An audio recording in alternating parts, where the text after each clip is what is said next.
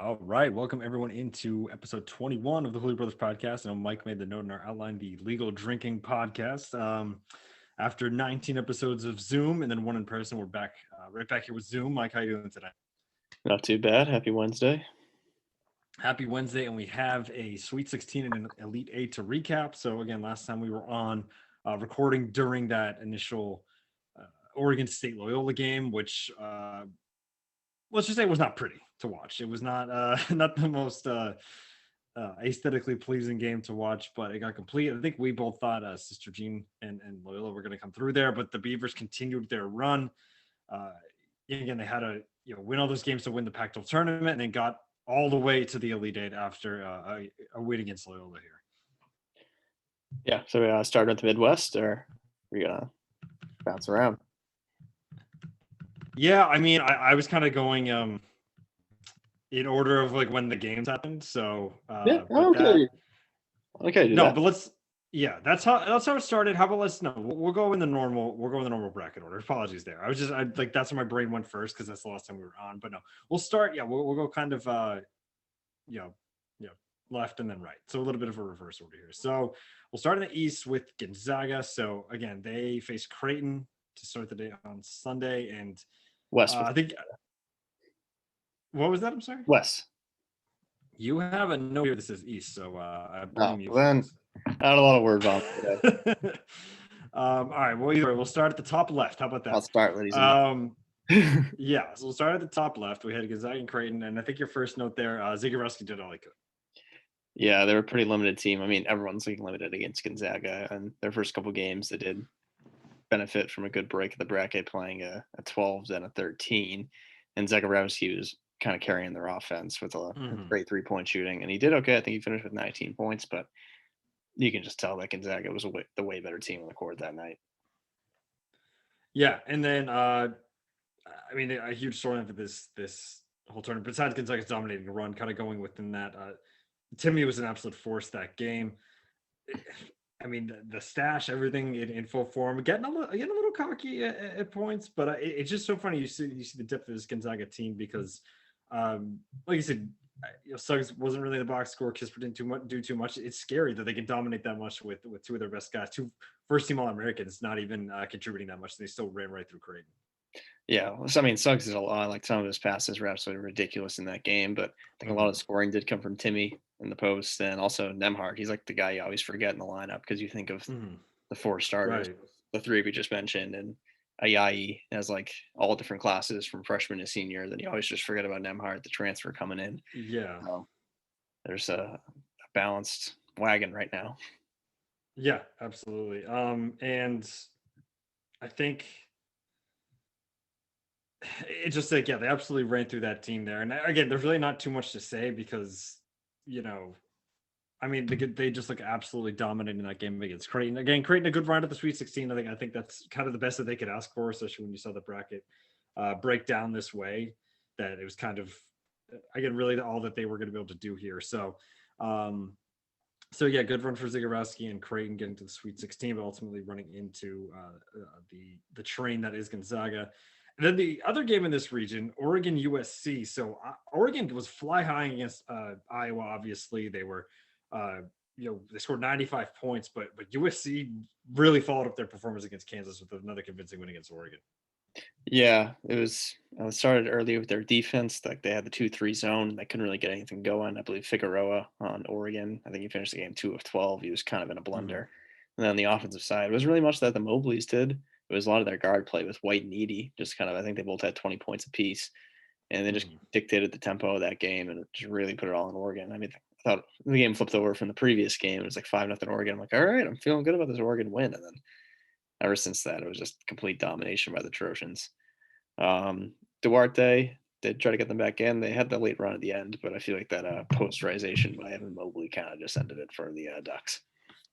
Yeah, that's true. And obviously the point here with White and Edey leading the scoring, but just that game, I was just like, Evan Mobley, and that's when I was starting to be like, is he the number one pick over Kate Cunningham? He's just like he was an absolute force in that game. Like you said, the whole 2-3 zone really messed them up. But yeah, USC looked really, really strong in that game there. And again, we're able to have a convincing win against their Pac-12 rival in Oregon, which set up. And Mike, do you think we should just do the whole region first, The or do you whole want to? region, because it's Oh, easy to okay. transfer the topic, I'd say.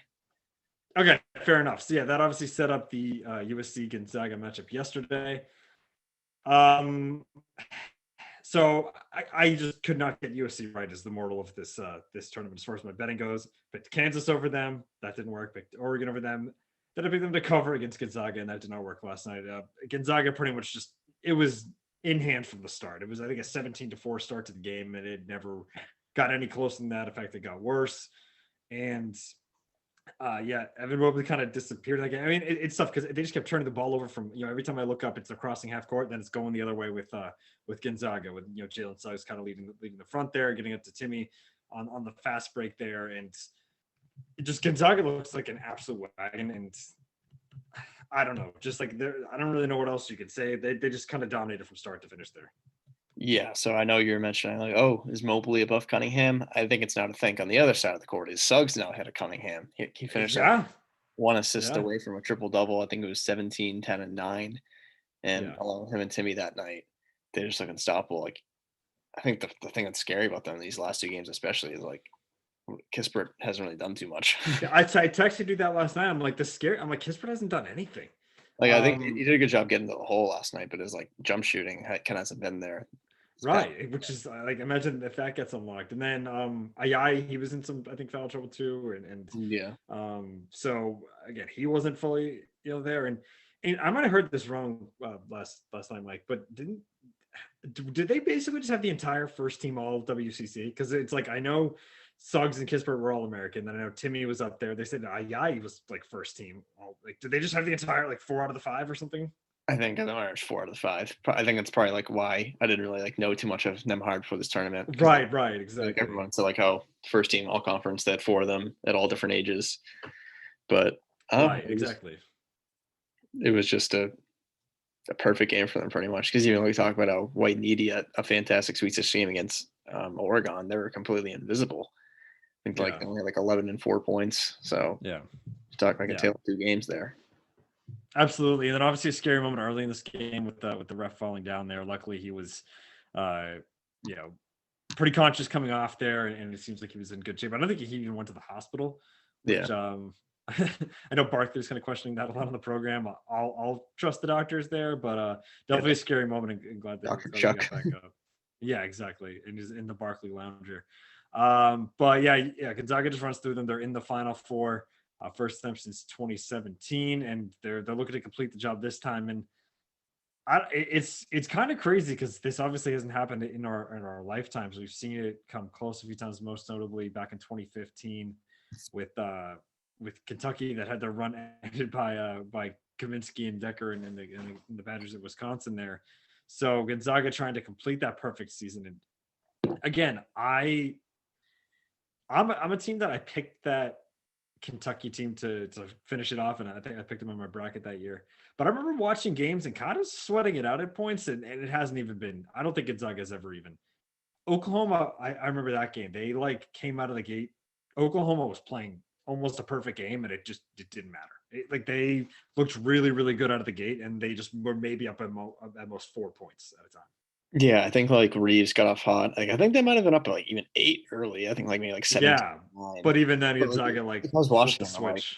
like it was like I think the game was like a 14-point spread. I'm like, I think they're gonna win and cover. Like you can just tell that like Reeves was hitting some ridiculous shots and like Gonzaga was missing some open ones, and it seemed like they're playing They were still they're playing their game. Like that it was just a matter of time before the like right. switched, and I think they're ended up like growing out like a 22-point lead in that game.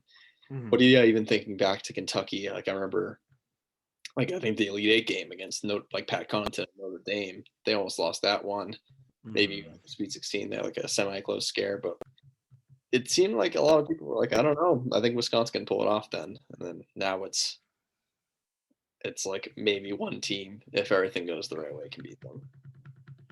Yeah, and we're gonna get into who they're meeting in a second here, but I'm gonna go ahead and lead it off by saying I I don't think I think they're gonna I think they're yeah I'd write it in Sharpie that they're in the championship game. Let's just put it that way. But yeah, so let's get to that region who they're going to be facing up against. So Michigan Florida State was kind of like the mid afternoon game on Sunday there, and a lot of people were big on the Noles, but I don't know. I was still feeling the Wolverines. I think that they've had a lot of doubters. Once they got to the tournament and Livers was out, a lot of people picked LSU over them. Obviously, they were able to conquer that foe there. But then it came down to again the 1-4 matchup. So the only one that uh, the only chalk matchup I think of the Sweet 16, a 1 versus a 4. So but yeah, another example of Florida State not quite being able to hop over the next hurdle. I know they've made the Elite Eight, but they can't get to the uh, they can't quite make it to the Final Four. And uh, big games from Johns and Sean D. Brown there filling the shoes of Livers in that game, and Florida State just never really was able to stay in it with Michigan. Yeah, I was thinking about these Florida State teams. Like, in one night they can look fantastic with their length on defense, like shutting down Colorado in their round of 32 game after looking unstoppable against Georgetown. And like you can see, like you can buy in, like, oh, they got so many guys that can score, like here and there, length on defense. But then like when you play a team like Michigan, it's always like there can be really consistent. Like you said, they lost Notre Dame this year, and like when they need a guy to score, I don't think they have that one guy. Like they did have No, Ray, like the kind of guy who was kind of bullying everyone in the mm-hmm, Colorado game when he picked up 2 fouls early and he was off the floor. And then mm-hmm. MJ Walker and then Scotty Barnes are the kind of like they're the two main scorers. I think Scotty Barnes will probably be a top 10 pick this year. Yeah, he's Oh, slotted six on man a the list, la yeah. Patrick Williams, but they had poor shooting Yeah, I games. think so weird. And if those three guys aren't really scoring, there's only so much the rest of the team can do. Like what's the number 5, like the skinny white guy, like a couple of Oh, I can't even pronounce it. Yeah, a like couple the of like something Eastern like that. European. Yeah, So yeah. He's like I just 7'2" or something. yeah, I just don't think there was enough firepower for them to stick up. And like you mentioned, great games, but like John's really set the table. He stepped up really well for Livers in that game. Mhm. And Absolutely. Shawnee So boy. he was my unsung like player of the tournament for Michigan. Every time I looked up, he was making a big play. I think he was like the catalyst in that Ohio State matchup Mhm. in the regular season. Like I think there was like one sequence in the Yeah. game where his effort kind of like swung the tide and won them that game. So shout out him. Absolutely, absolutely. Yeah, so then the other matchup there, and this might have been the best game of the tournament. I thought we were getting there last night, and we'll get to that matchup in a second, but it kind of got really sloppy towards the end. So I think overall quality and closeness of the game, the back and forth, was this UCLA Alabama matchup here. The 11 versus the 2 UCLA from the first 4 making their way, through this region here. And um so yeah, hopping into that one, obviously, a lot of people big on Nate Oates in Alabama this year, but it was a real tight game. Uh, Bernard went off to end the half, but he was able, or kind of struggled towards the end of that game. Juzang couldn't get it going in that game, but Hawkes, he seems to be the guy that if you don't need him to, if other guys are going to step up, he's going to sit back. But if other people are struggling, he hops in and is able to kind of fill the role a little bit there. And also, what else can I say about Tiger Campbell too? Just a favorite with that hair. Oh, yeah, this team is just it's an experience every time you watch them. I thoroughly Mhm. enjoyed like this Bama game. They went down. They went up like 7-0. The next thing you know, it was like 18-7, like Alabama or Mhm. something ridiculous like that. And the next Yeah. thing you know, Jules Bernard's hitting step back and 1 threes, hitting everything. And then at halftime, they're up by 11. And the next thing you know, he can't hit anything. Juzang's out, and then it just takes Tiger Campbell's like defense leading to easy fast breaks to kind of keep them in alive as Petty for Alabama was going off. And Mhm. then the last couple minutes was chaos. It was absolutely chaos. So let's get into that a little bit. It really comes down to the wire there. Big play with about 2 minutes left was the infamous shorts play where the ball went between the legs of Petty. was it Petty? Okay, Yeah. yeah, of Alabama, and it's funny too because the shorts obviously aren't quite. They're not quite at like mid to late 2000s. Like I'm picturing like Jordan Crawford and Xavier. Like they're not as That baggy guy as they was were in back then. animators. Well, yeah, I didn't know his name though. So, but again, you think of like a mid 2000s, but it was located very much in the late 2000s as well. Like I said, you know what I mean, like the Jordan like Yeah. that back and forth at the K State game. But yeah, so still again, just that fabric that got caught, and so went out off Alabama after a huge replay, and again, a few missed opportunities by Bama down the stretch, but it ended up being I think it was a missed free throw near the end, right? That made it that kept it a 3-point game. Yeah. It was So like down the stretch, even like going back, I do have to shout out Quinterly and them. I feel like he got the basket at will a lot just to Mhm, get them back in that game. And like we said, Petty had a lot of great plays, but then it was kind of back and forth. They finished Schwartz play, and then we did have Riley getting a lot of big buckets for them after being pretty mhm, quiet on the offensive side. And I think he got them up, and then there was a missed free throw, or it was either mhm, the missed one or they got two, and it was a 3-point game. mhm. Yeah, and then that's when it came down here. So 3-point game, and something that I want to, I don't know. It's a scenario that I think is the smart decision, obviously, but one that I forget about every time, and it always deflates me. Is the whole I'm like, oh, Mr. Free Throw, that's huge. Now they're only down three. Then I always forget about the fouling strategy. Again, it's probably the right move, but I hate it as a fan. So Mick Cronin known for doing that, and he didn't this time. And I don't know. I remember watching the play, and I think that Alabama did a fantastic job breaking that press because it seems like anytime a defender got near them, they passed the ball. It was again, it was so quick. Like again, they got it, and it was just like it pinged around, and obviously it ends up in the hands of Reese, who drills the 3-pointer at the buzzer to send them to overtime. Yeah, I thought I did hear either after the game or last night during the other broadcast that Hmm. I think he might have heard that Oates hurt him, so he said not to foul because he didn't want to put a guy in a scenario where Where they're he sees someone exactly, coming yeah, at him, and then like, okay, they're told to foul and just put up a shot, like, and get fouled on that. yeah. Mhm. So, and like you said, they didn't really seem like they had a good opportunity to foul. They seemed like they broke that press really well, and they Yeah, gave they played like hot he was potato there. scoreless on Yeah. the night, an open an open three, which they call 4-point jump shots in Tuscaloosa. But Oh yeah, that whole strategy. Because and really the difference in this game too, if you go back to it, is it 11 of 25 from the line, Alabama in this game? yeah, that was the big thing. That this Their is 3-point shooting wasn't good either, but 11 for 20, 25 from like free throws. You can't have that. that's what it was. It wasn't missed free throws by UCLA. It's there's been so much basketball since then. It's Sunday night, so my apology on some of the details. No, but I thought that happened too. No, No, wasn't it a it was a 2-point 1-point game? game. It was a It was one a point. 1-point game. Okay. That's when Herb Jones, the SEC Player of the Year, got fouled with like 7 seconds. Oh, that's right. Herb He Jones. missed Okay, both free yeah. throws. How did? Sorry, I missed that in the first time. But just again, so much No, basketball. that's okay. I think I'm confusing it with the game last night, which we'll get to Yeah, in a sec, where UCLA did miss a free throw. But you're right. Yeah, Herb Jones missed the two free throws there, and then that led to the 3-point game. yeah. But yeah, so it sets up a Reese buzzer beater. Thought we were in for a great overtime, and man, did it not deliver. We had a good I regulation, think but that's the overtime did not live up. I think that's not a funny take. It was just like how important it is to win the tip off in overtime.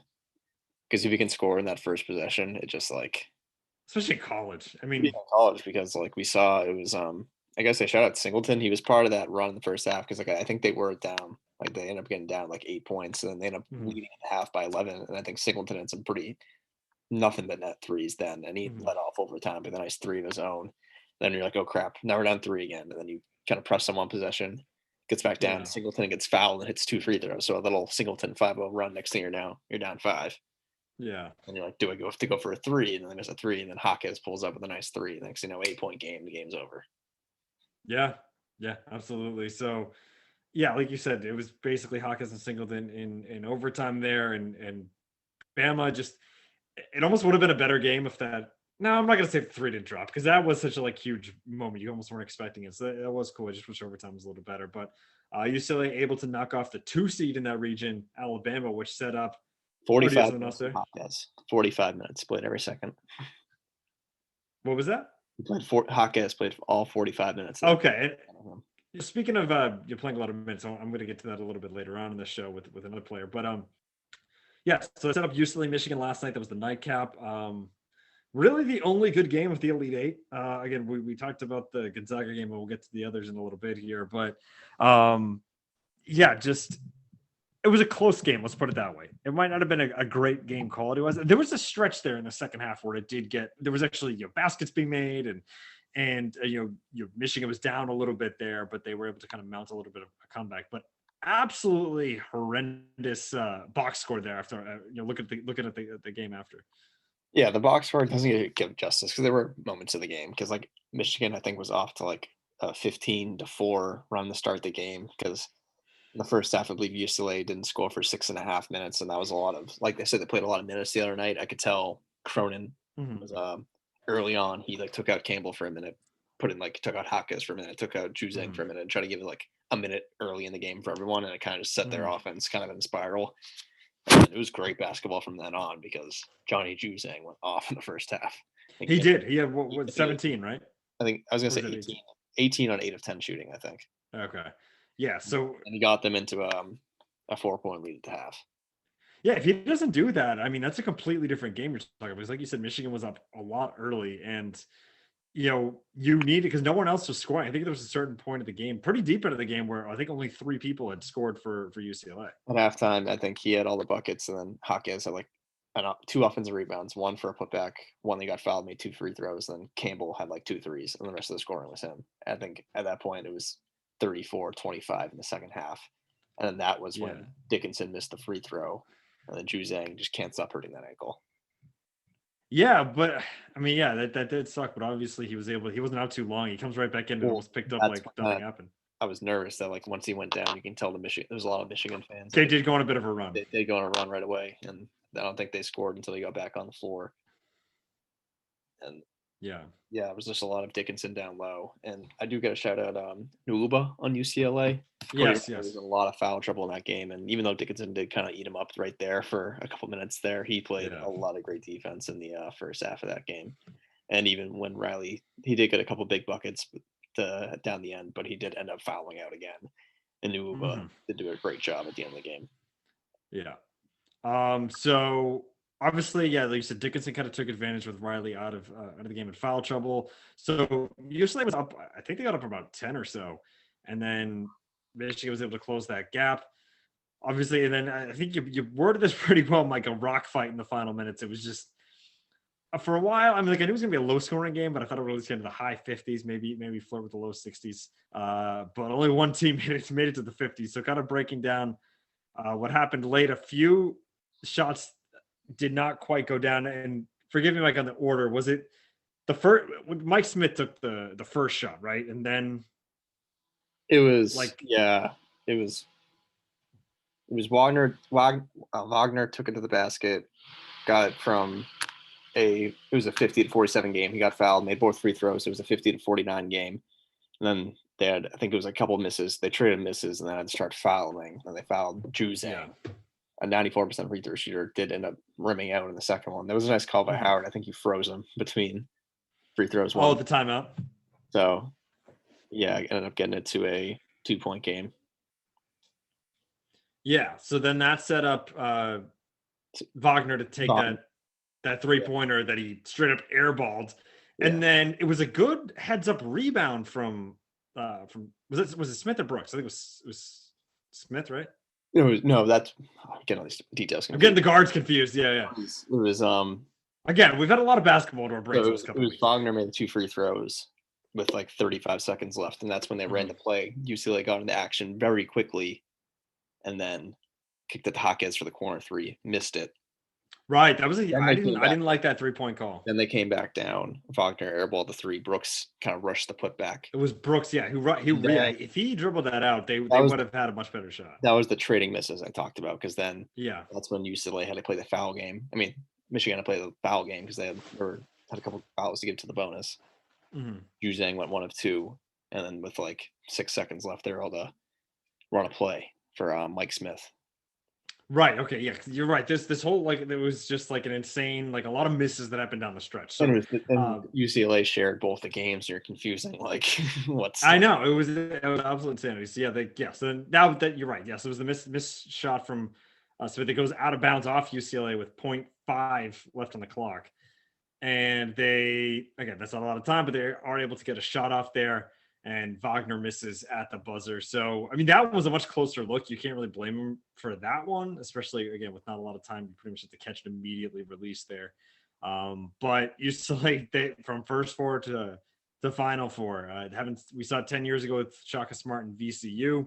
UCLA knocks off the 2 seed and the 1 seed on the way to the title. And it's funny too because UCLA you talk about maybe some luck they ran into early on as far as maybe BYU rather wasn't the strongest 6 seed, and then you kind of got away with facing Abilene Christian in the second round, who was definitely probably again one of the worst teams of the tournament, but they were able to survive against Texas. But then really showed a lot in their last 2 wins against Bama and obviously Michigan here. Yeah, but I guess you even to give BYU some credit, like, I mean, I was down on them as a 6 seed. I think a lot of people were, and clearly they lost, so it was given proven true. But I think they're the last team to give Gonzaga a good game. They were up by 10 points in the WCC. That's true. That's true. That's I feel like Gonzaga just like sleptwalked through the first 3 quarters of that game. But yeah, no, that's a good point. But yeah, so UCLA in the Final Four. So that wraps up the left side of the bracket. They're going to match up against Gonzaga. I think they're already 14-point underdogs in that game. I think I've learned my lesson with Gonzaga. I'm taking them in that, and we could talk a little bit about this on the preview if we're able to hop on there. I know we have a somewhat early start time as far as the Final Four goes, a 5 o'clock tip there, but I'm debating taking both of the favorites or doing some sort of teaser because I know both are going to win their games, and I'm like Baylor would basically be a pick them at that point. But anyway, so that's what I'm floating on there. But well, that's might go with my heart because these UCLA boys, probably my favorite team. You're going to pick them to cover? I'm 5-0 in them, or yeah, 5-0.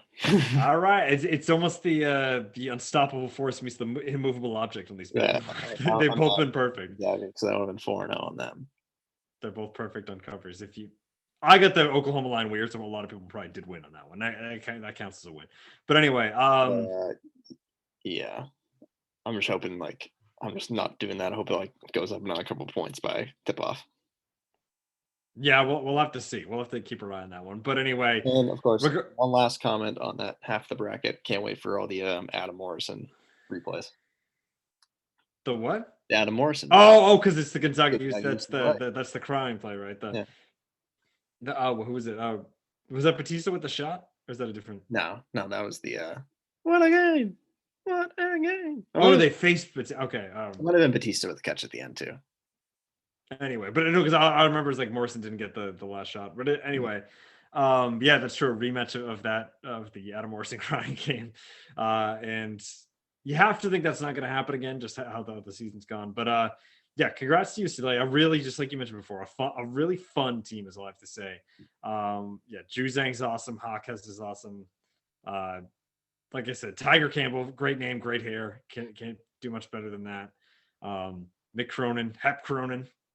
Very polarizing figure from some of the podcasts we listen to, but maybe showing him a little bit too much, but still fun in games. I love him. I don't care. Yeah, so good for McCronin. I know he wasn't really the top sexy pick when the UCLA job was open, but he's gone out there and took a team to the Final Four that you have to think is only going to be getting better with the years going on, because again they lost that their top prospect to the G League, and then obviously an injury earlier in the year too. I'm blanking on his name too. Yeah, and then even I think another guy in the rotation decided just to step away from the team due to personal issues December. So yeah, and also quick note on Michigan too. I mean, a great run from them. A lot of people doubting them. I think that I don't know, once they got to this point first, and again, UCLA is a great team, so I don't want to take anything away from them. But I think the perfect ceiling without Livers was making it to the Final Four and then losing to Gonzaga. I think that would have been a much better ending for Michigan. But one final thing I'll say about this game is I think this is where they truly, truly missed Isaiah Livers. I think they've been able to get by without him, but this is a game I think they win if Livers plays. Just even for the scoring, there's another guy. Yeah.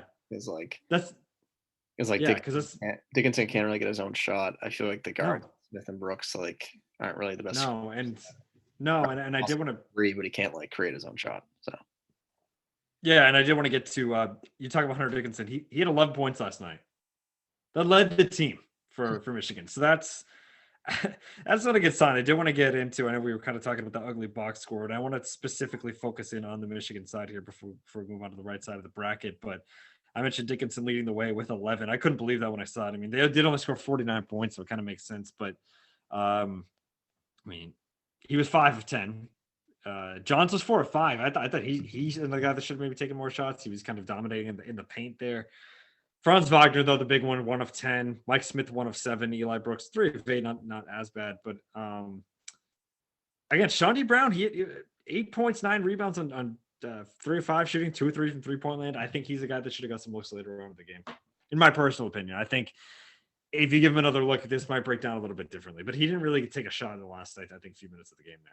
Yeah, I think one of his threes, if I remember right, it was 45, 42 UCLA, and it seemed like it. Yeah. I think Michigan might have been up like 42, 41 too. So it's like a mini like Hmm. 4-0 run, which in that rock fight of the game is a massive swing. And he It just was a huge swing. and he kind of like came off of, I think he came off like an off ball screen with like a pretty like with like 15 seconds left in the shot clock. He's like, I'm taking this, and he Hmm. drilled it. And I feel like that kind of shifted it back to them for a couple Yeah. possessions. They Yeah. just couldn't score. Absolutely. But yeah, I mean, shout out to Juwan Howard. I think a lot of people, another person who's questioned at the time of the signing, but leading his alma mater, second season, first time in the tournament. Obviously, with last year getting canceled, taking them to the Elite Eight without their best player, and I think they have the number one recruiting class coming in as well. And then Johns will be sticking around as a junior, so he'll have one more year. I know Wagner is only a sophomore. Then obviously Dickinson was only a freshman, so those three guys will be back. Tough. Tough kind of break there for Smith Brooks and Shawnee Brown there. On their way out. Obviously, Livers, you feel for him. He didn't even get to play in the tournament. That really, if you really think about that his junior and senior seasons kind of getting shut down with first with COVID and then the injury this year. So And then tough break Gillespie. for him. Yeah. Yeah, absolutely. So Oh, speaking of yeah, Gillespie. Gillespie as well. Yeah, so let's get into the South region here. So these are the games that Mike and I actually watched together, at least the Sweet 16 games on Saturday. Really, again, only one good one really on the day. Nova and Baylor, another team that probably ended up where exactly they were supposed to. When we talked about the other Big East team with Creighton in Sweet 16 was probably their ceiling here, and then same thing with Villanova without Gillespie. So, like I said, you were scared for a while on that spread. The Nova perimeter And you defense was played my good. Baylor being my champion pick. So That's true too. Yeah, not along the bet, but Baylor kind of as your long term champion. But yeah, Baylor was I was able to win pretty convincingly here against Nova. Flagler off the bench was awesome, and I don't know, just like there's some sort of presence with Davion Mitchell that he just seems calm, cool, and collected all the time. yeah, because like the first half, and even like I think even spreading it out, like the first like 38, no 28 minutes of that game, Hmm. just they kind of had nothing going. Like I think there was one time when like Baylor was like on a run beginning on where Butler stepped into a three and he hit it. I think that put him up like 18-11. Then right after that, Villanova just took over with more Samuels, Slater, like Robinson Hmm. Earl. They just kind of like owned the paint and just kind of took over. And then between like Meyer and now Butler after that just couldn't really hit a three, but Flagler kind of Hmm. kept them in the game, hitting some pretty clutch shots. Hit one of their few threes. I think they were 3 of Hmm. 24 from three in the game, and he was 2 of 3. So he was like kind of consistent scoring off the bench for them. And then right at the end of the game, you saw it was going to be good. Slater had an amazing poster, I think the dunk of the tournament to like put them up 3 early. And then that's when you said Davion Mitchell got in the game. I can't believe he only had 2 steals because I feel like he had such a great impact on the defensive end. Hmm. Gave him a lot of easy buckets, and that really just the defense kind of pulled them away in that game. Yeah, absolutely. So yeah, Baylor able to. And um that's sorry, I got on top of that. That's what makes them so scary because like Villanova, No, I know. a heavily like I know they lost Gillespie. That's a good a Fortune 500 company. It runs by itself with and Jay Wright's system. So the fact that they can play that poorly and still end up winning by double digits, especially with Butler playing that bad too. So very good win for them. Yeah, absolutely. So a convincing win from Baylor there as they moved on to the Elite Eight, and that they faced on the winner of the Arkansas versus Oral Roberts game. And RIP to Oral Roberts and all the jokes there. They were up 12 in the second half, and really just what I want to get to here is just I think a lot of times you see these upsets, especially the further that these teams go on, it only ends one way and it's ugly. And if there's anything Oral Roberts has to hang their hats on here is that they went out with a fight. And again, like a lot of times you face one of these top tier teams after a couple of big wins and you just eventually get smoked out of the building. But they were in it late. And a guy I have to give a lot of credit to here is A. Smith. Obviously, he had that great look at the end of the game. It really just missed out, and he that he played every minute of the tournament. Yeah. That's why I had to give a shout out to. It just didn't take a single second on the bench when the game was happening. So incredible run for A. Smith here. Yeah, because my thought process going in, because like you said, these teams get to the second weekend and it's kind of like, okay, Your fun time's Like, over. yeah, Let's get yeah, to out the door. Yeah, yeah, and yeah, that's what I thought was going to happen. I took Arkansas -11 because I thought it was going to be a lot of that. And I think yeah. rationale was that they were getting carried by A. Smith and O'Banner. O'Banner only took 7 shots, and I think he only finished with like 8 or 10 points. That's a little So the surprising. fact that they were able to go down the buzzer puts a lot on A. Smith's impact. Something Very, wild happened in Mike's living room over there. I just got a Must be the Celtics game because I very, just very saw. angry Celtics fan out there. Well, Mike, what did I tell you? They were down about like what 15 or 20, and up Tatum with a steal. They call foul. I don't know. Anyway, he did miss a layup, but then they might have got a turnover there. But anyway, to briefly talk about the Celtics before I hop back in, so they were up 15 or 20. They're going to probably lose by 2. Well, they've cut it to 6, so probably headed for that. But we'll keep everyone posted on that one. Next But night, anyway, hopping. 42 from 3. Yeah, exactly. But hopping back in here, like you said, a little surprising. O'Banner only had 7 shots, but yeah, really ugly win from Arkansas here. Moody had his struggles, and uh, but Tate and Davis are kind of able to get them back in here, and that connection really led them forward. But like I said, just Yeah, you can hit go on on that, them. Woody. Yeah, like you said, Tatum Davis. There was a lot of facilitating by Tate and Devonta Davis. Only a freshman. He's able to hit the big shot with 4 seconds left to give him the win. But I think a lot of that, like you said, they're down in the second half. I think 46-34, and a lot of that run was sparked by Smith's offensive rebound. He finished the game with 11 offensive rebounds. So he was a lot of That's cleaning. insane. Offensive, jeez. Moody was 4 of 20. And I think he just had a lot of cleanup on Moody to Nice. kind of get them on the run and made that game go down the wire. So Yeah, another ugly win from Arkansas, but yeah, and like I said, we can only say it so much as I don't even think I could see. I'm guessing that was Luca who hit that. Yeah, I couldn't. He wasn't even at the screen where he just hit that 3. But yeah, going back to this game here again, just it's so funny if you think about Oral Roberts. Like you really can't ask for again a better finish that like one shot goes a different way at the end of the game, and you're in the Elite Eight. So mhm. it does not get much closer than that. You're literally one shot away. So yeah, Arkansas, the Muss Bus rode on, and they were able to get to the Elite Eight with a date with Baylor. And so again, this is a game I thought Arkansas was gonna, maybe have a chance to cover here. They just quite just weren't quite able to make it. Baylor was on fire to start though. Macio Teague and Jared Butler were great. Note was fantastic off the bench for Arkansas, but inexplicably fouling out with 13 minutes left in the game. Yeah, so go along with foul trouble. Like the thing that was very scary about that Baylor hot start was that Mitchell picked up 2 fouls early too, and he barely played in the first half. And the fact that they would put up numbers with Teague and Butler, that was really good too. Like you said, Mhm. Note was able to get them back in because they were down like I saw like 15 points very early. Yeah. It was Note one of those games. Note came Yeah. off the bench and just gave them the spark they needed to just get their offense rolling.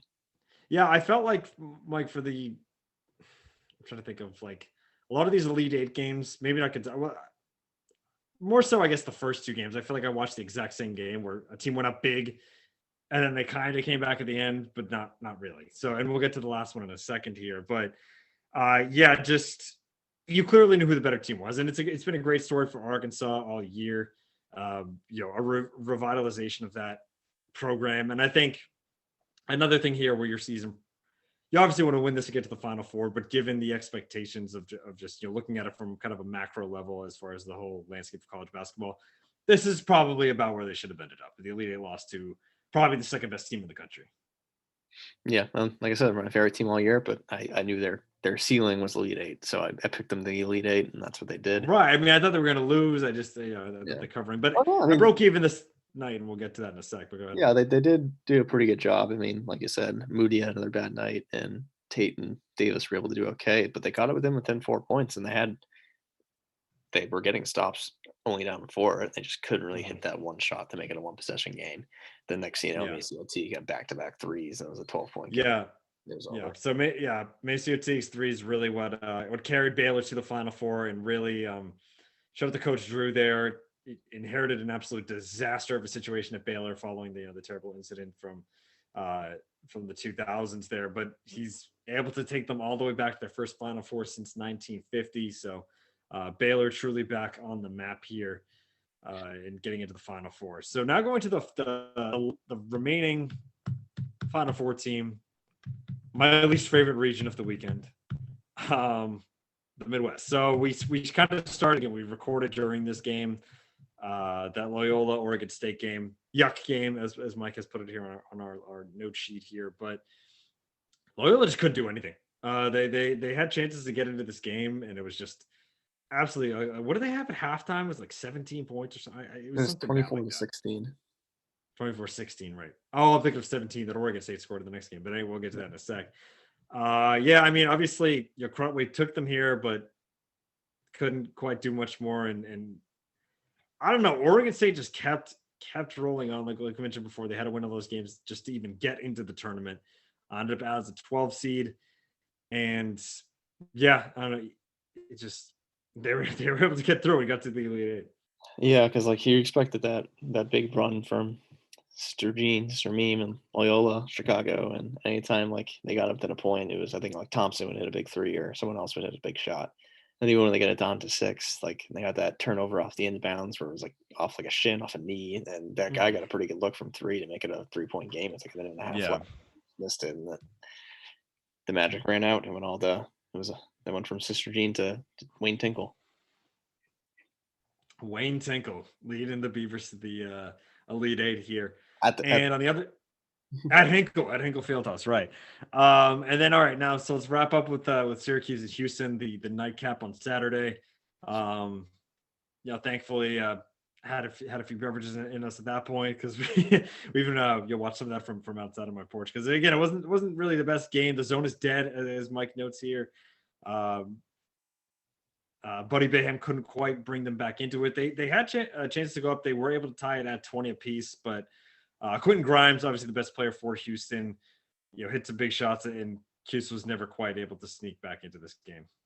Yeah, because I think they were up like 17-5 early, just really hit Syracuse with a big punch. Hmm. They were able to get back Yeah. in. Like I think Buddy got fouled on a three to make it, like you said, 20-20, and then it was just 5 minutes of nothingness. And I was like, oh, Syracuse needed to like take the lead there and keep this run going because I knew that the explosion from either Grimes to Rowe, Sasser was going to happen, and then Grimes kind of just got the ball rolling, and they ended up going on like an 8-0 run and a half or something like that, and Houston never looked back. Hmm. Yeah, never quite recovered from there. So that set up the again. I think I tweeted angrily that night because that set up the Oregon State Houston matchup, which I was not looking forward to. But again, very similar to that to the Arkansas Baylor game, I think, where a huge start for Houston looked like that game was completely over. Oregon State made a bit of a comeback with that 1-3-1 zone. They were forcing Houston to kind of pass it back and forth a lot at the top of the key, and that brought them back in for a little bit. But yeah, like I mean, I saw it was happening, but we'll get to this later. I think a lot of the world's attention ended up flipping over to the women's side of the It did, and I had to so, track things for a little bit, but like I was going back and forth, and it was like I don't know, they're getting close. Like I don't know, because like I said, we had the +8 in this game, so like at the half, I'm like, oh, it'll be a miracle if we cover. And I was like, I don't know, getting back in the cover, and then like that game ended, and I flipped it over, and it was a 3 point game, and the next yeah, thing I know, it was tied, and I was like, what the heck's going on here? yeah. And then there was another one. Grimes had another big three to go up by three, and then I knew right when he hit Mhm. that three, it was over. Like that was the dagger, even though it was just a three, and Oregon State was getting the ball back. Like I think you can tell that team was gave it all their god and gave it all they had, and that three was kind of like the end for them because they forced a lot of bad shots and a lot of like Yeah, tripping on absolutely. their foot and slipping at the end. So Yeah, and I really do like, I've been hating on this Houston team. I don't find them too exciting. They probably should have lost to Rutgers. They choked it away. But Quinn Grimes is awesome. I yeah, have to give him this credit. He's again started his career at Kansas, didn't quite work out there, transfers to Houston, and now finds himself going to the Final Four. And Mike, we have to give a shout out while we're on the topic to our guy Maurice Kalou hitting that huge 3-pointer at the end of the game to cover it for Oregon State, as our guy Big Cat called them, the cover champions yeah, of the NCAA tournament. So, but yeah, Houston, Quentin Grimes, Kelvin Sampson, bit of redemption for him as Houston makes the Final Four for the first time since the Phi Slamma Jamma days. So we do have our Final Four now. You're smiling. You seem like you have something to add before I kind of get into our oh, just brief. What's up? just listening from what's going on. Instead of playing the Celtics game's pretty wild right now. Yeah, I mean, like it's one of those things where they tease you, they make it seem like they're coming back, but they can't do it. They're on 6 with 30 seconds left, and Dallas has the ball. So On my app, that's they two. what's that? My app has it as a 2-point game, and there's cable out there, so it's definitely ahead. I mean, yeah, I have YouTube TV, so it's behind. Something crazy could happen here. So, yeah, well, I'm gonna keep my eye on that. But anyway, setting up the final four, we've Gonzaga, UCLA on one side, and then Baylor, Houston on the other. Again, I think we're headed towards the collision course that is Gonzaga, Baylor. We've been waiting for it all year. Almost happened in the regular season, but didn't quite get there. But I think that's where we're headed, no matter what. Yeah, and like as much as I love this UCLA team, I hope so. Yeah. So yeah, I think that would that's certainly the matchup thing people had circled on their calendar before the tournament even started. And it's crazy because there's been obviously a lot of chaos in this game or in this tournament rather. And yeah, man, I'm way behind because there's Tatum leading the break. Yeah, after a steal and Smart puts it in. So yeah, they're down two with 16 seconds left. But so spoilers, Mike. Don't ruin anything for me as I watch the end of this. Um but yeah, so going back, like you said, I think a lot of people had it circled on the calendar. We did actually get there amidst all the chaos. We obviously saw Ohio State go down early, Illinois down early. Didn't know if some of the top dogs were going to make it here, but Gonzaga and Baylor rather have snuck on by, and I think we're headed for that game on Monday night. It seems like it has to happen, especially because Yeah, the December game, a very last got second canceled. cancellation Yeah. at a neutral site in Indiana. Mhm. Absolutely. So we'll get more into the specifics of the Final Four breakdown on Saturday's show. But we do want to briefly hit on, like you said, during Well, that Oregon State. Oh, Mike, sorry, go ahead. should we just give some preliminary takes in case the scheduling affects us? I mean, I think I basically said I'll dig deeper, Yeah, but again, I think it's Gonzaga Baylor. I think both teams are going to have a pretty convincing one. I could see Houston giving it a bit of a close game. That's why I'm tempted to, like I said, do that a bit of a teaser there. But I think it's going to be pretty easy for both of them. We're going to see that matchup on Monday night. yeah. So yeah, If we don't get on, that's what I have to say about it. yeah. I'll say I like Baylor to. I mean, it'll probably be a close one, but I think they'll probably pull it out at the end. And then I'm just hoping UCLA can make it a rock fight against Gonzaga and like Mhm, to make that run. But they seem to get lucky with a lot of missed free throws and a lot of mhm. missed jumpers down the stretch that I just know Gonzaga won't miss. So like that's what I'm kind of hoping. Absolutely. And finally, I don't think we hit on this last time. The weird Shaka Smart to Marquette thing. I don't. Just a few coaching notes here. Do you think he was like in danger of losing the job at Texas, and this was kind of a neat way Definitely, out for both of them, where I don't get fired, I move on, and then you find your new coach here. definitely. You're saying definitely, yeah. I mean Yeah, that's fine because otherwise it didn't make sense to me. yeah. I have a coworker that's like a loose Texas fan, and he seemed to be very disappointed in this It game. was time, yeah, yeah. And Dabbling Christian, that's tough. yeah, that seemed like a inexcusable loss for the amount of talent they have in the roster. And Mhm. I think even like the guy I was talking to was a loose fan. He was like blaming Shaka more than the players. So Mhm. Yeah, so he goes to Marquette, and then it was not Brad Stevens going to Indiana. It's Mike Woodson, so Mhm. alum there. Hearing kind of mixed reviews on that hire. It seems interesting because he's been an NBA guy for so long here, but we'll obviously see how he does that at his alma mater there. And then now the Texas job opening. I'm hearing some Chris Beard rumors. Mhm. Is that very much? I want him to stay in Texas Tech, but I mean, I don't know. There's certainly some allure of that Texas job, so I could certainly see it happening. I think I think the contract that Chris Beard is on is not going to be the contract he's on next year. So I think it'll be One way or another, yeah. yeah, and I don't think he's going to be leaving the state of Texas. So Very program friendly deal there. But okay, perfect. Yeah, so we'll wrap up the men's side there. Going quickly to the women's side because I think the game that I'm a little disappointed and I heard actually Baylor was a bit underseeded as a two yeah, because we thought this could have been the championship game with the Baylor UConn, but it ended up being an Elite Eight matchup because not only were they number two, but they ended up in UConn's region here. So crazy game, a game of runs. Baylor was actually up, I think, 8 points at one point, and then UConn went on a 19-0 run towards the end of that game, or the second half of that game, rather. yeah. Paige Beckers and I forget the other name of that team. She is very fantastic as well. Kind of carried the load to make it a carry that 19-0 run, and then Baylor just didn't give up. I mean, UConn did have their chances to put the game out of reach, and they couldn't score. And Baylor ended up the chance down one with a very controversial non-call. Yeah, that's true too. And Paige did have a great second half, but she missed some big shots late in the game. I think they really kind of iced it, and it let Baylor back in as Celtics are going to lose anyway. But yeah, so they come out of the wire, very questionable non-call late in that game. Um, Again, this had the makings of a championship game. It's just kind of a little sad that we saw it in the Elite Eight here. But yeah, real back and forth. Like you said, Baylor had its chances to come back in. They were up. Then the huge run from UConn. Then they made a bit of a run towards the end. But UConn at the end of the day, uh, able to hold them off there. And now we have our Final Four there. Three ones and a three. UConn, the 1 seed facing 3 seed Arizona, and then South Carolina and Stanford on the other side. I don't know much about these programs, but again, it seems like UConn will at least make the championship game, no problem. And then South Carolina Stanford seems like it'll be a real good matchup. Yeah, if I'm doing the math right, I believe Stanford is 1 overall, UConn was 2 overall, South Carolina was 4 overall, and I think Okay.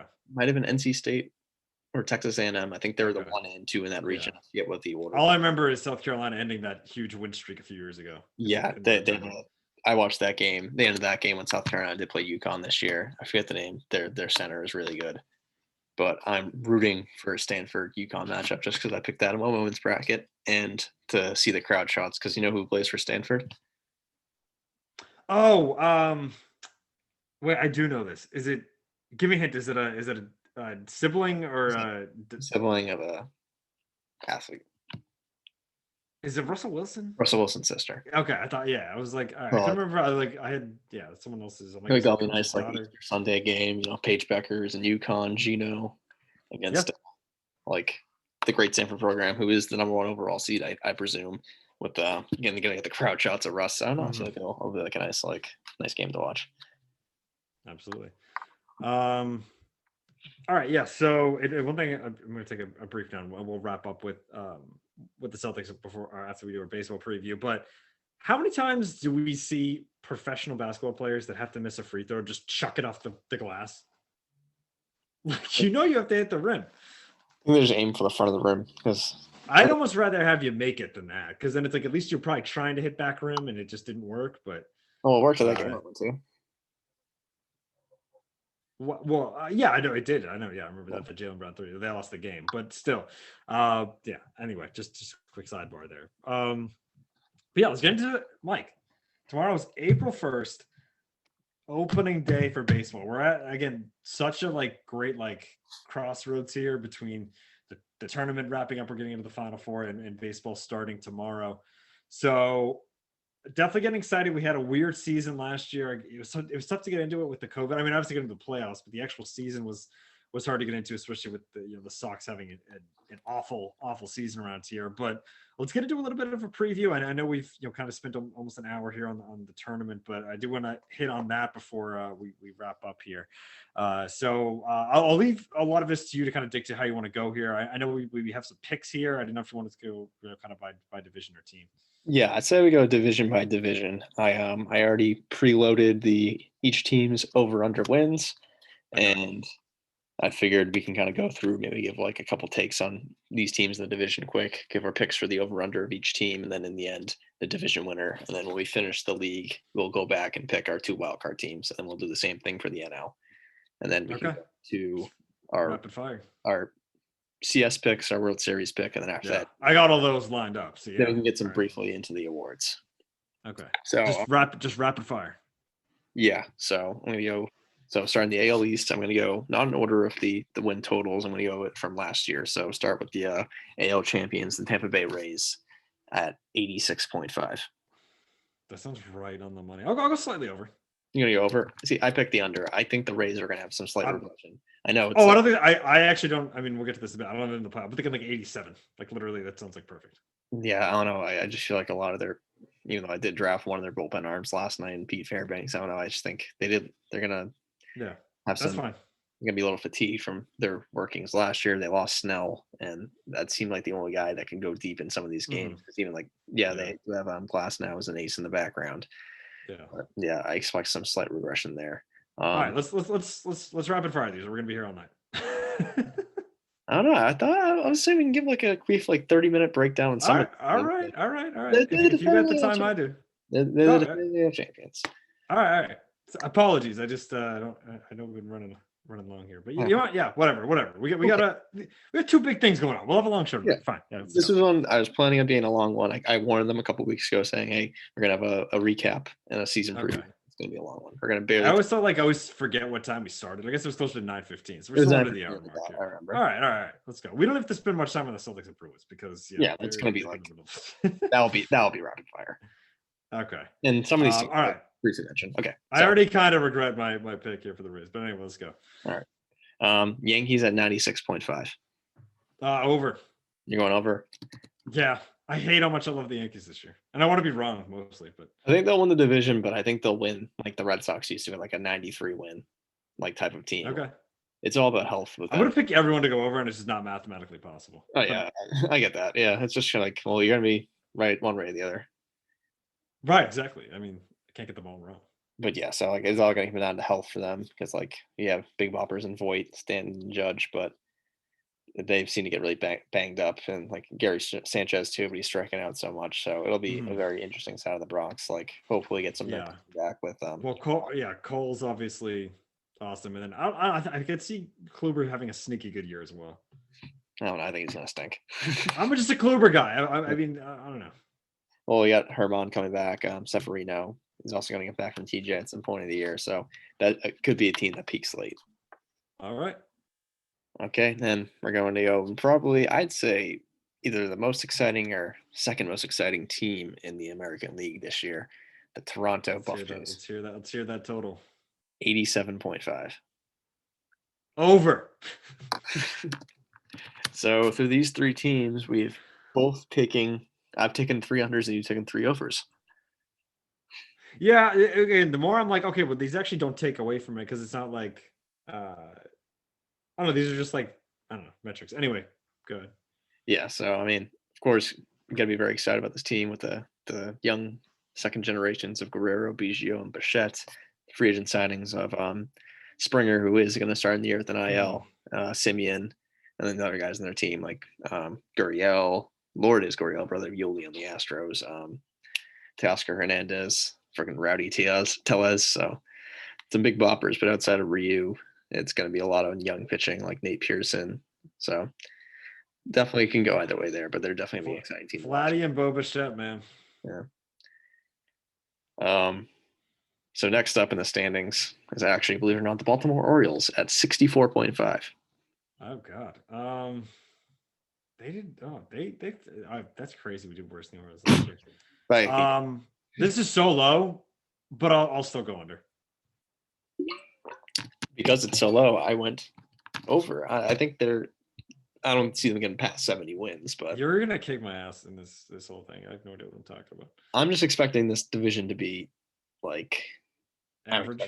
It's going to be like a lot of averageness. Like the teams that these numbers also, they all sound very right to me, so I don't know which way to go. You know what I mean? Yeah, I just think like the teams at the higher totals are going to trend a couple games down, and the teams at the bottom are going to trend a couple games up. But like at the end, like the standings are going to look the same.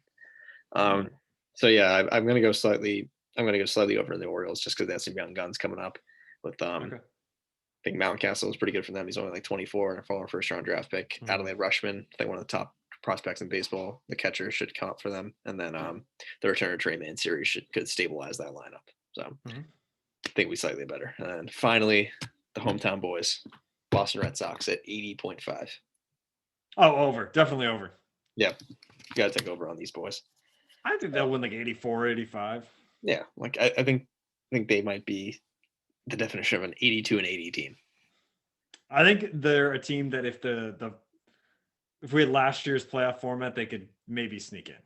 Yeah, I think they could get in and even make some damage in some of those like shorter, like best 2 out of 3 series. Yeah. I think back to normal, they'll be good. Heck, I wouldn't be shocked if they came in third, maybe over Tampa. I think it might be my hot take of this division, but that's the thing. Wait, what did I put Tampa at? 86. I want to go back. I want to change my Tampa pick. So you want to put them at under? Yeah, because I don't know how. I agree. They're going to finish ahead of the race. Yeah, change that for me. Okay, and then your division winner in this. So okay, we're gonna do. Okay, I got the Yankees. Yankees. Okay, then we'll come back if there's wild card teams for the division. But why don't we come back at the end of the AL? Yeah, that's what I was saying. Yeah. Okay. All right. Perfect. Yeah. You got it. Okay, so the AL Central Division winner last year was the Minnesota Twins. They're at 88.5. I have them over. Over. Yeah. So yeah, of course they have that big lineup. I mean, the ageless Nelson Cruz is still there. Still Hmm. got guys like Garber behind the plate with some pop, Kepler and pop in the outfield, and then Hmm. they did lose Rosario to the division rival, the Cleveland. So I have him Hmm. going under just because like my it is their ace and he is a little bit up there, and I don't think he was amazing last year, but again that was a 60 game season, so I'm not sure if Hmm. that can progress over a buck 62. So I still like them. I just think 88.5 is a little bit too high for them. Okay. Okay. I think it'd Chicago, be right around 90. yeah, Chicago White Sox 90.5. I got them over as well. I Well, have because the again, I have the Twins. I think the White Sox. Um, yeah, I think they're going to be over here. yeah I'm loving their lineup right now with again reigning AL MVP, Abreu there. I love Tim Anderson. Obviously have Mancada there. Just and then again, yeah, Giolito leading that staff. It just even with Eloy was obviously that's a tough injury for them, but I'm big on the White Sox this year. yeah I and they got some good pitching too. With you got of course Giolito coming back for them. They will sign Lance Lynn in free agency, get Yeah, yeah. Hendricks to bolster up that bullpen. So I think they're an exciting team last year. They were very hot, but Mhm. kind of cooled off toward the playoffs and then lost 2 out of 3 to Oakland. So I expect the product we saw in August from this team is going to be a lot like we're going to see this year. So I have them over. Okay. I just flipped this pick right now. I have the Okay. Cleveland at 82.5. Uh, you just flipped. Let's hear yours first, Mike. Then I I can had go it first. under, but I'm flipping the over just because Okay. I feel like they just like don't It's really. lower than I thought it would be. So I was gonna go under before I heard it, but then when you said it, I'm like, yeah, I think a little bit over, slightly. Because even with Lindor last year, the rest of the lineup kind of stunk. So like, I Hmm. don't think like the Yeah, production of that offense like it's just going to change a little. Might put a just lot more. just just something about Tito, man. Yeah, I think it's just going to put a lot more pressure on Framil Reyes and like Jimenez, maybe more of a table Hmm. setter coming over in that Yeah, Lindor trade. But I mean, yeah, you have Bieber starting every fifth day, which yeah, that helps. can yeah, that's I mean, the rotation is just nothing but depth with Yeah, Zach and you got Zach as like well. Savali, Tristan McKenzie even coming up. So I Hmm. just think their Hmm. pitching can at Yeah. least get them to a good win total there. So yeah, you're at 3 overs right now at the top of this division. Okay. Which, God, I keep saying Kansas this. City That's a Royals are failure. next at 73.5. I mean, they added Benintendi. Um, I don't know. It's tough because like that sounds a little low, but I can't. I don't know. Can I go over on everybody? What do you got? What do you got, Mike? I got the over there. Okay, I'll go over too. I will. I think they're like a mid 70s, Yeah, I mean, slightly under at least 500 like team. I mean, they have some. The pitching is very okay, but I don't know. I just like their offense. But like you said, they added Benintendi on a kind of low risk, high reward there. Hmm. Hopefully, we can stabilize his career. They also got young guys like Hunter Dozier. Um, Whit Merrifield is probably like Yeah. one of the most underrated players in Major League Baseball, in my opinion. So I don't know. I just they were the Cactus League champions. So Oh, hang a banner. yeah, and then we're Let's gonna hear wrap the up let's hear the let's hear the Tigers. 68 even. Oh, sounds good. I'll go under. I went under too. Yeah. Yeah, I think it's just going to come down to they had some young arms coming up at the Yeah. Scooble and Casey Mize. I mean, I think they pitched last year too, but this will be their first full season. So Hmm. Yeah. then Torkelson might come up for them, their number one draft Oh this year. yeah, Spencer. So I think it might be time just keep your eyes on some young guns. I can't really think of anything else that sticks out down there. Fair enough. What do And you got? Detroit So I think we might be in a similar spot here than division winner. White Sox. Yep. Same. Loving this squad. Okay, then let's we saw Miss Matter's voice today on part of my take, but we're gonna go to Oakland at 86.5. I like that over. Can you over? Yeah. I'm gonna go under, though. They are gonna get Matt Chapman back. He missed the second half of last year in the Hmm. playoffs.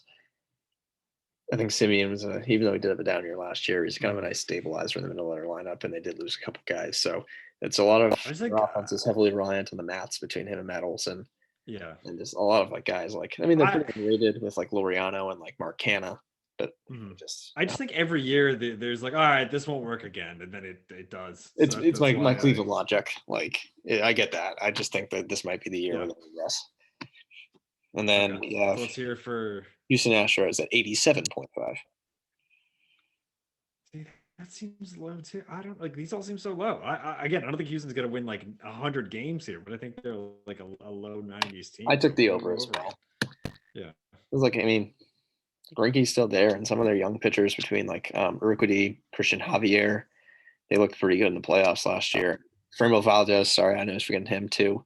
So like even with Verlander out again, like they still got something there in the pitching staff, and Yeah. I think all the Springer leaving did just going to free up Kyle Tucker to get more Mhm. action. I know he kind of had a good 20 game season there last year, so I mean the outfield's still in pretty good shape with Tucker, Yeah. Alvarez, Brantley. So Absolutely.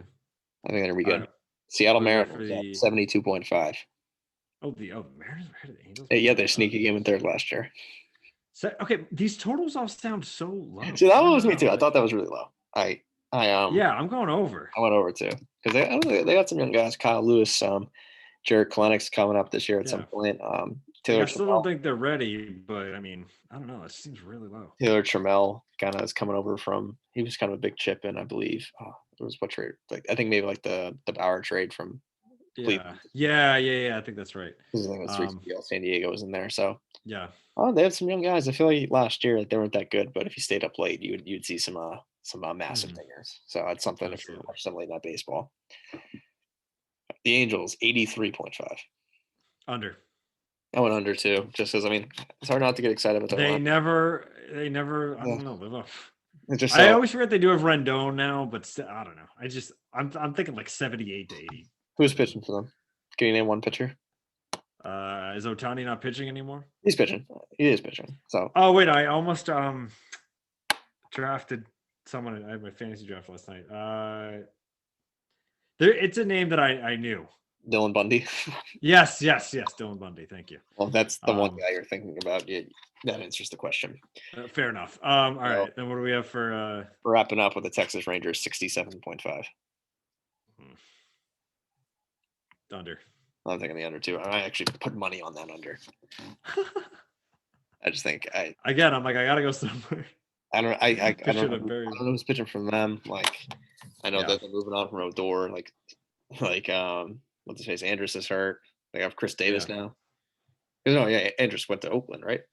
In that trade. Oh, that's right. That's right. Yeah. Yeah. So Exactly. it's like Okay. And then who do you have winning the division here? I got Houston. Okay, so chalk down the board for both of us. All right, so what? Yeah, why don't we wrap up with like we'll just do them as like two separate entities, and then we'll do the World Series pick after. How about that? Yeah. So well, first, who's your wild card picks? No, I meant like we'll do everything AL based, No, yeah, I was everything thinking yeah. wild card Okay, picks then ALCS. Like we don't need to go like who's going to wild card game the divisional. So I figured we just pick our two wild cards, pick our ALCS, and then okay. So you World disagree with Series. everything I just said. No, All no, right, fine. But we're going to pick our ALCS, then we're going to stop, do the NL, and then you want to do that? Okay, yeah, all right, fine. All right. So wild cards, I have Minnesota and Oakland. Maybe wild cards. I have Minnesota and the Blue Jays. Blue Jays were a tough cut. Yeah, I almost it's just like it's something with the A's. I feel like every year I'm like, oh no, they're not going to be good again, and then they are. So, but then yeah, I like Minnesota's team too. So I think yeah, Toronto again. Toronto's the team I would have loved again if we even had a sixth spot. You know, maybe not the full eight. I'd like Toronto in So do you want to do ALCS now, or do you want to wait that for the end? there. Sure, we can just wait. We can just wait. We'll do playoff picks and then awards after. How about that? Okay. So to the NL, Yes, let's hop over. Braves 91.5.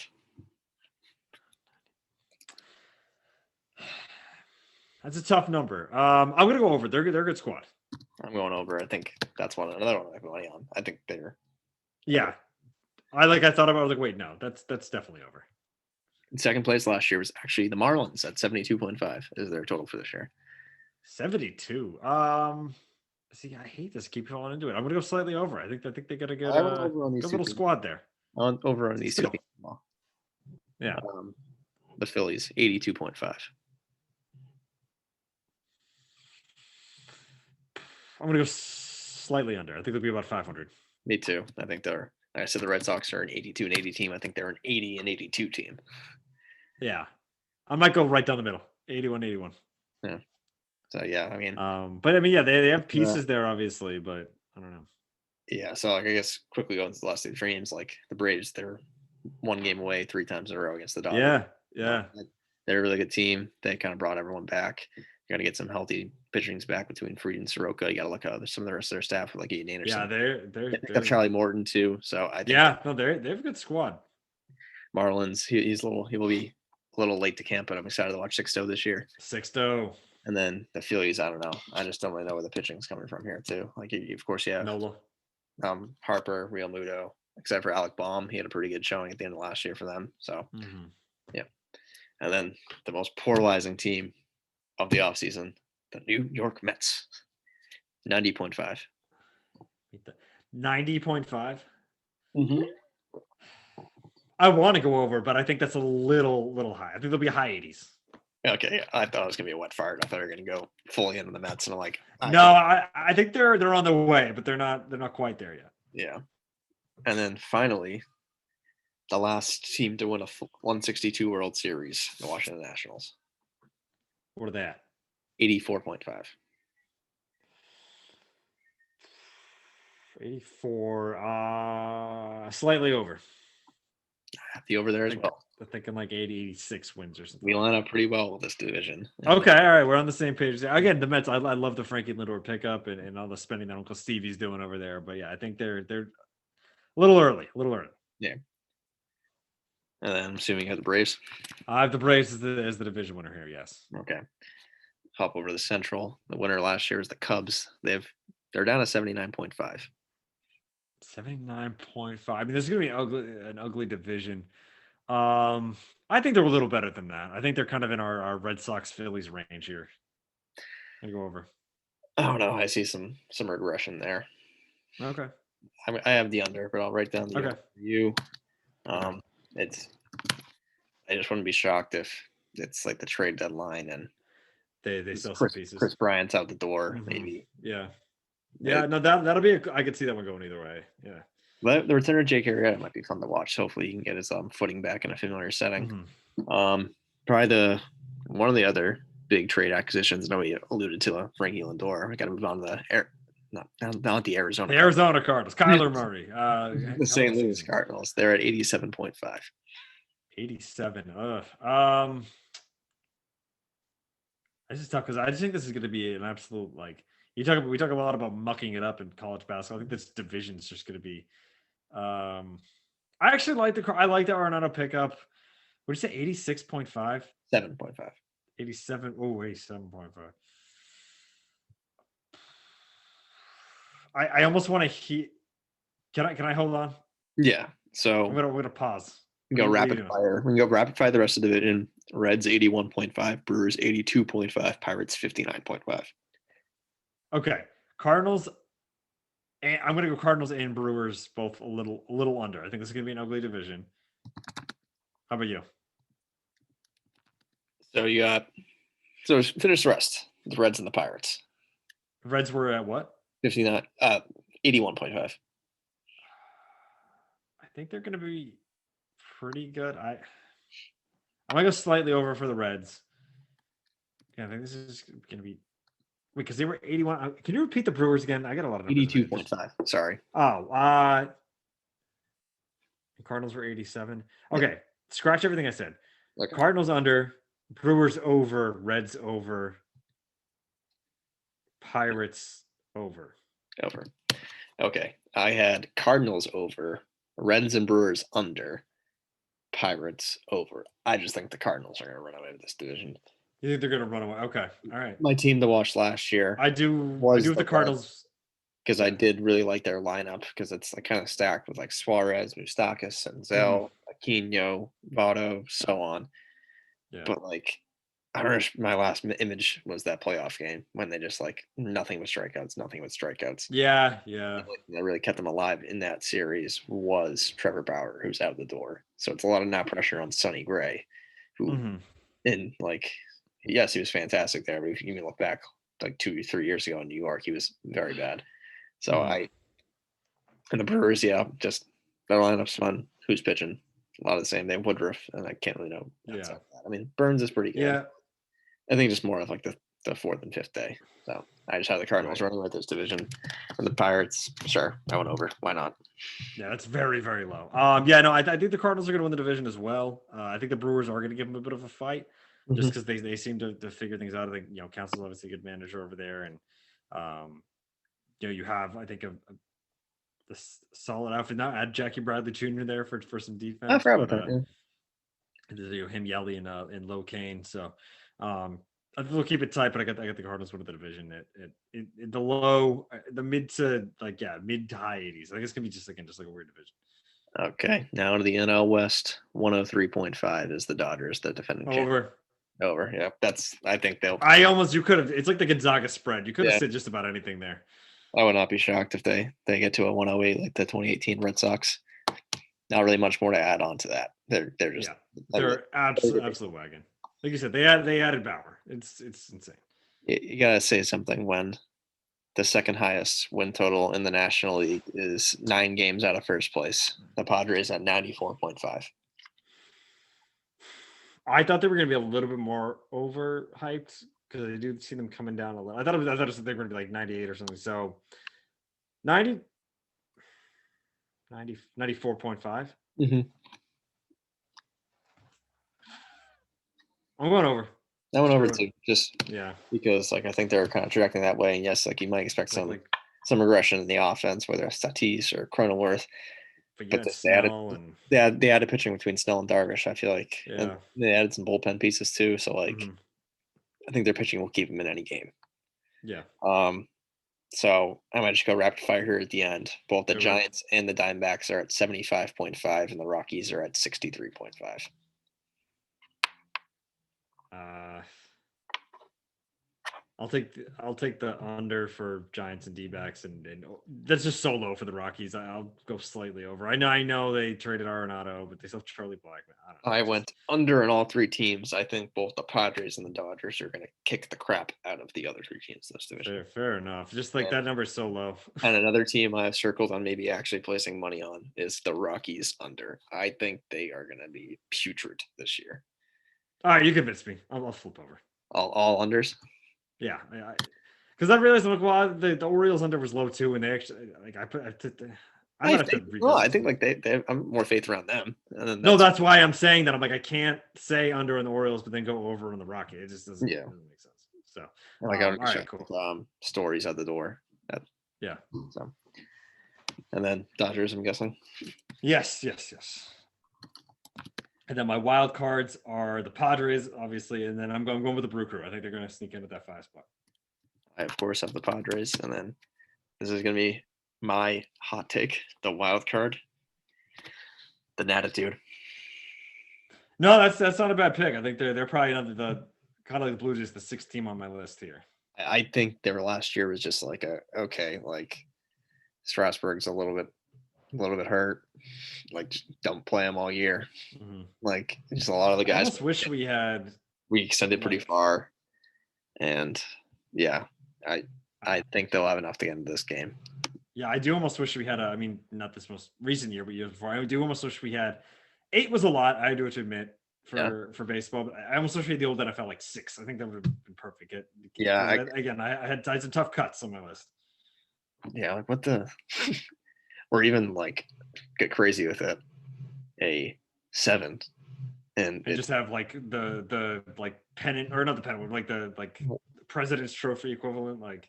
No, I guess we'll have two divisions, obviously. No, I was thinking because if you say 6 and like, well, how are you gonna like? Yes, one division can stink, but you should at least get something for winning your division. So I was thinking, just instead of 1 planned game, 2 planned games and then a planned game after. Oh my god! Well, my brain can't comprehend that. But yeah. But again, yeah, it stinks. Some good teams supposed to the playoffs here. But okay. So should we go into like again do like a bit of a playoff like bracket almost type thing, or like how we see each league breaking down, and then we're gonna do awards? I was thinking just go right to the ALCS because I kind of like okay, like who be 2. Well, I'll briefly hit on it though. But I have AL. We'll start there. I have the A's beating the Twins in the wildcard game because the Twins just cannot win a playoff game.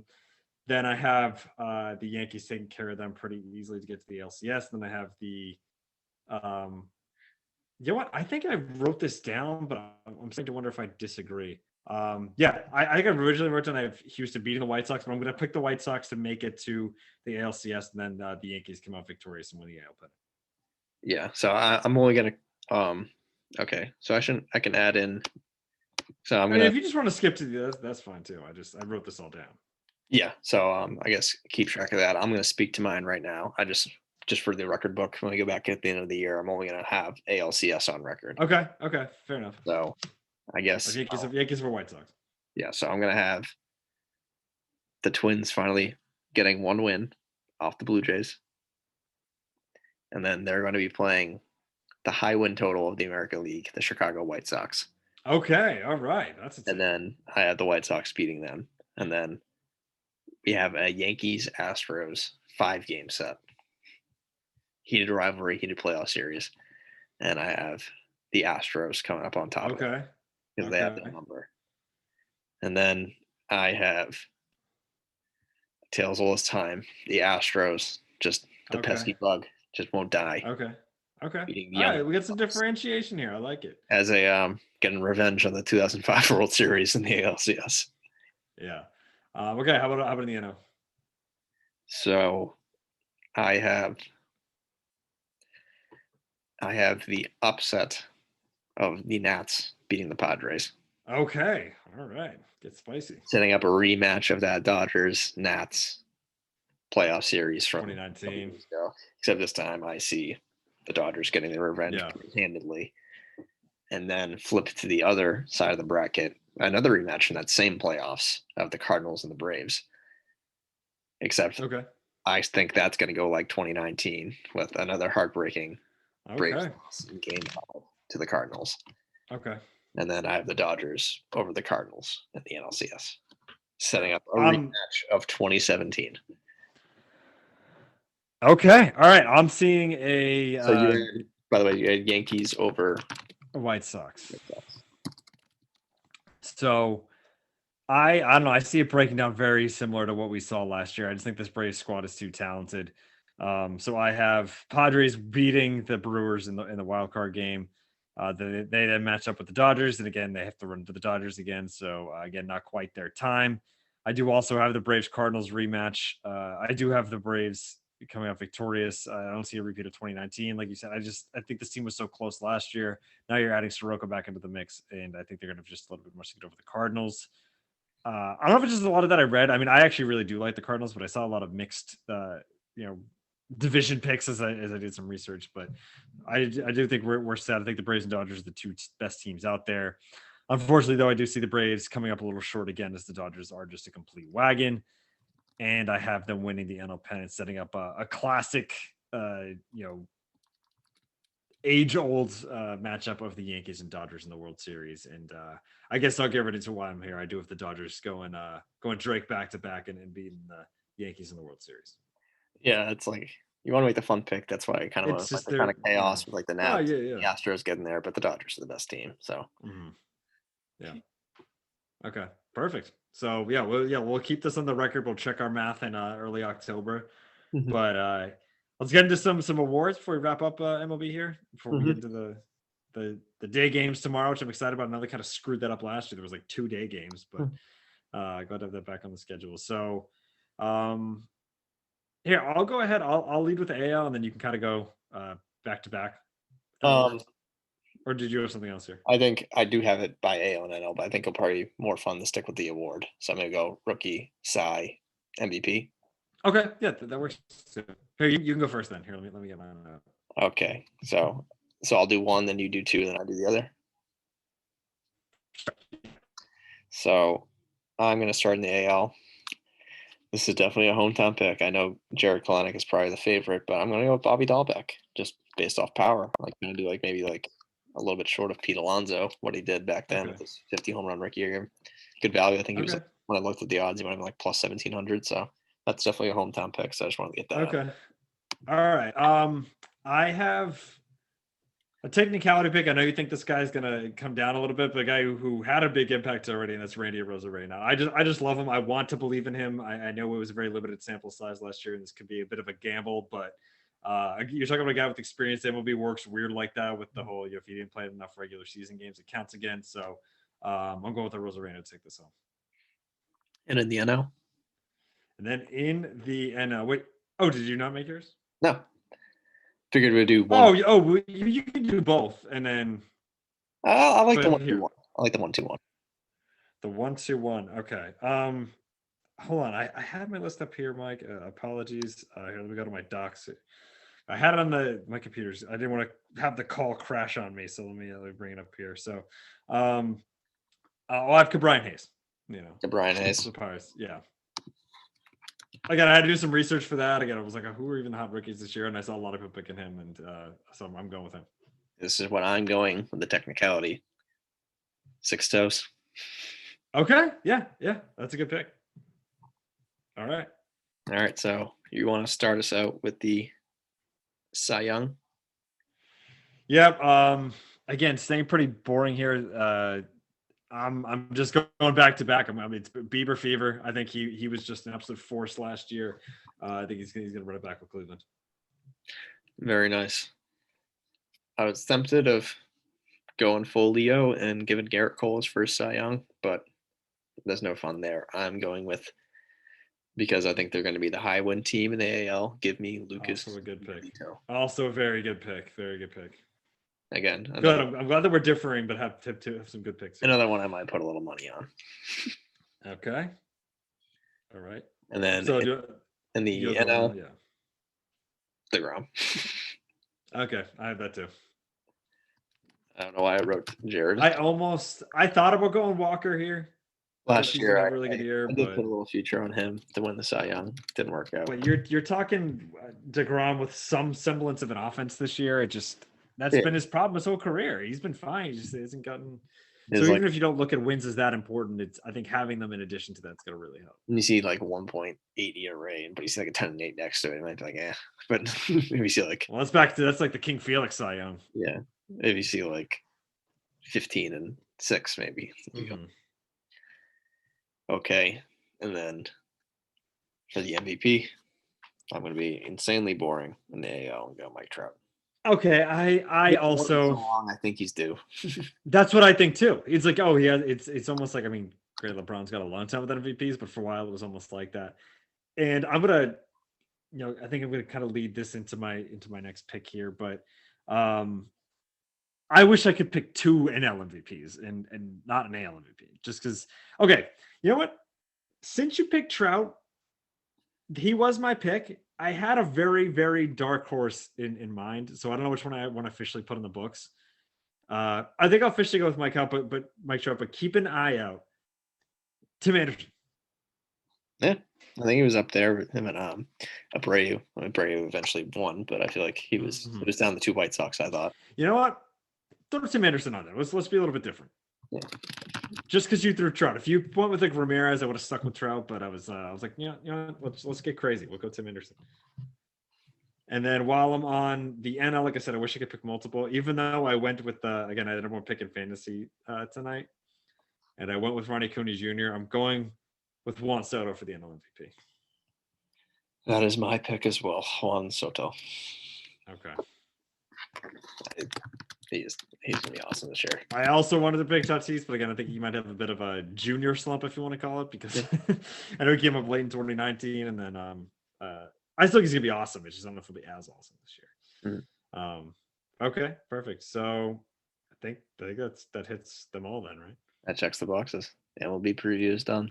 All right. Well, again, have a great day tomorrow as far as the slate of games go.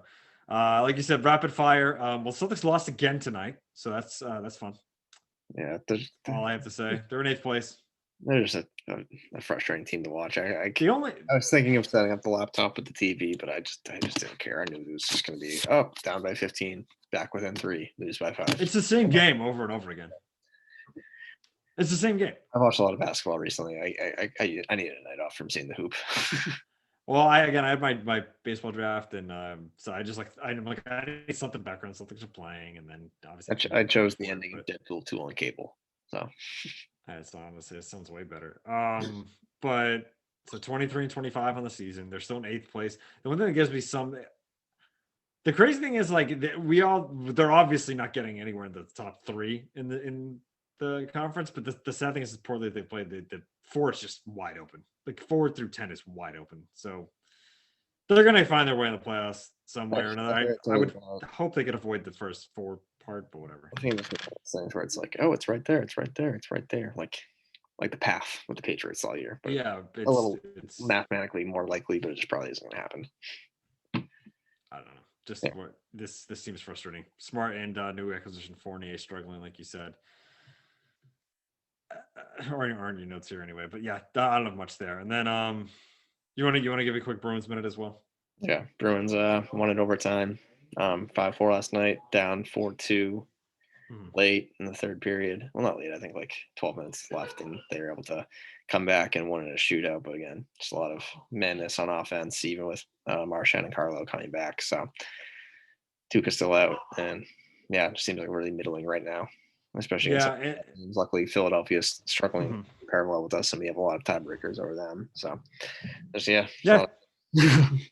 yeah. So again, we had a lot of tournament recap and then a baseball preview. So again, a pretty stacked show today. So just kind of a couple quick minutes on the Celtics and Bruins. We'll give them more shine once the tournament ends. Once we're we'll have a tournament preview, and then next week we'll have midweek next week. It'll be kind of a similar to tonight's show, I think, where we have a Final Four recap and then a bit of a Masters preview. So, and then after that, once the dust settles from all that, I think we'll have much more NHL, NBA talk in addition to our coverage of MLB. Yeah. So, thanks for sticking with us tonight. Probably about an hour and a half is what we're looking at right now. We just had a lot of fun stuff to talk about, kind of at this point where we're looking onto the Final Four and the beginning of baseball season. So a lot of excitement to talk about. Mike, I mean, depending on, I know we still have some things to figure out. Potentially another live show Saturday. We'll have to see where our calendars break out a little bit, but I at least a virtual show for us again to do that Final Four preview.